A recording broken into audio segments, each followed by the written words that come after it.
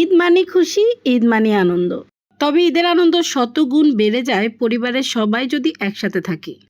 আসসালামু আলাইকুম everyone, welcome to my channel. কেমন আছেন আপনারা? আশা করি সবাই ভালো আছেন। পরিবারের সবাই মিলে আজকে যাচ্ছি আমরা ঈদের দ্বিতীয় দাওয়াতে। মাশাল্লাহ, আমার পরিটা দেখেন ঈদের ড্রেস পরে খুব সুন্দরভাবে রেডি হয়েছে। আমার মেয়েটা তো আগে থেকেই নানুর পাগল, এখন ছেলেটাও একটু একটু বড় হচ্ছে আর নানুর পাগল হয়ে যাচ্ছে। কত করে যে বললাম তাকে আমাদের সাথে বসো, কিন্তু সে তো বসতেই রাজি না। তাই তো কি আর করবো, পরে আমরা টুনাটুনি মিলেই আলাদা বসলাম। আপনাদের সাথে তো বলাই হলো না যে আজকে আমরা কোথায় যাচ্ছি। আজকে আমাদের দাওয়াত হলো আমার মামাতো ভাইয়ের বাসায়। এই তো আমরা ওর বাসায় চলে এসেছি। ওর বাসাটা আমার বাসা থেকে খুবই কাছে, 20 মিনিট লাগে ওর বাসায় আসতে। তাই তো খুব দ্রুতই চলে এসেছি আমরা। আমার ছেলে তো অস্থির হয়ে গেছে কখন সে যাবে। দেখেন সবার আগে দৌড়ে সে বের হয়ে গেছে। কোথাও বেড়াতে গেলে আমাদের সবার থেকে তার ব্যস্ততাই বেশি থাকে, কারণ সে ঘুরতে বেড়াতে খুবই পছন্দ করে। দেখেন কতটা খুশি। যাওয়ার পর আমাদের সবাইকে ওয়েলকাম ড্রিঙ্ক দিয়েছে। আমার সাহেব তো গল্প করা নিয়েই ব্যস্ত আমার খালুর সাথে। আমার মেয়েটা তো এদিকে আমাকে ডাকাডাকি শুরু করেছে তাকে একটু ফটোশ্যুট করে দিতে। আমি চুপি চুপি তাকে একটু ভিডিও করে নিয়েছি। সে কিন্তু বুঝেনি, দেখেন সে রেডি হয়ে বসেছে, ভেবেছে আমি তার ছবি তুলবো। পরে ওর কিছু সুন্দর সুন্দর ছবিও তুলে দিয়েছি। এরপর সবাই মিলে খাওয়া দাওয়া করতে চলে এসেছি। সবাই বলতে ছেলেরা আগে খেতে বসেছে, আমরা মেয়েরা একটু পরেই বসবো। মেহমান যেহেতু একটু বেশি, তাই সবাই মিলে আর একসাথে বসিনি। আমার ছেলেকেও বললাম ওদের সাথে বসে যেতে, সেও কিন্তু খুব আনন্দ করে সবার সাথে খাচ্ছে।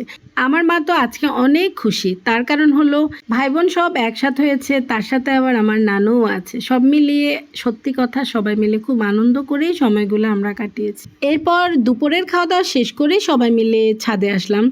ওদের ছাদটাও কিন্তু অনেকটা সুন্দর, বিশেষ করে গাছগুলোর জন্যই বেশি ভালো লাগছিল। আমার ছেলে দেখেন কতটা খুশি, মেয়েটাও ছাদে এসে খুশি।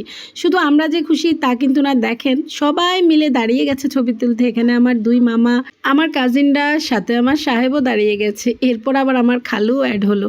তারপর পরিবারের সবাই মিলে খুব সুন্দর কিছু ছবি তুলেছে। শুধু যে ওরা ছবি তুলেছে তা কিন্তু না, আমরা মেয়েরাও সবাই মিলে খুব সুন্দর সুন্দর ছবি তুললাম। আসলে ঈদের এই সময়টাতে পরিবারের সবাই আমরা একসাথে হই, তা না হলে অন্যান্য সময় একসাথে হওয়া হয় না সবার ব্যস্ততার জন্য।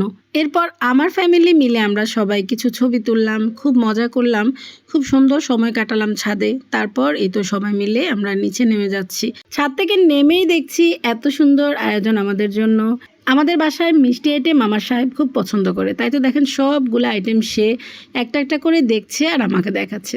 নিজে দেখছে কিন্তু নিজের হাতে নিবে না, আমাকে বলছে তুমি আমার জন্য সব কিছু থেকে একটু একটু নিয়ে নাও। ওই যে বললাম সে মিষ্টি আইটেম খুবই পছন্দ করে, তাই তো আমি ওর জন্য নেওয়ার দায়িত্বটা নিয়ে নিলাম। একটু একটু করে সব কিছু নিতে বলেছে, আমি অল্প করে 2-3 জায়গা থেকে নিয়েছি। আমি জানি বলে, কিন্তু খেতে গেলে এত কিছু খেতে পারবে না। এই তো ওর জন্য প্লেটে আমি একটু একটু করে সব কিছু নিলাম। আমার আম্মাজান দেখি মন খারাপ করে বসে আছে।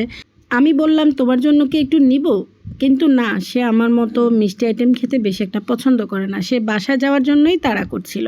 তাই তো আমরা আর বেশি দেরি করিনি, সবার কাছ থেকে বিদায় নিয়ে বাসার উদ্দেশ্যে রওনা হয়ে গেলাম। সত্যি কথা বলতে পরিবারের সবাই মিলে একসাথে হলে কিভাবে যে এতটা সময় চলে যায় তা টেরই পাওয়া যায় না। এই তো দেখেন এসেছি সেই দুপুরবেলা, এখন রাত হয়ে গেছে, তাও যেন যেতে ইচ্ছা করছিল না, ভালো লাগছিল। কি আর করব বলেন, বাসায় তো যেতেই হবে। সব সুন্দর মুহূর্তেরই একটা শেষ থাকে। তো আর কি, এখন বাসায় চলে যাই। এর আগে আপনাদের কাছ থেকে বিদায় নিয়ে ফেলি। আজকের এই ব্লগটা কেমন লেগেছে জানাতে কিন্তু ভুলবেন না। ভিডিওটি ভালো লেগে থাকলে লাইক শেয়ার করবেন। আজকে তবে এই পর্যন্তই। আল্লাহ হাফেজ।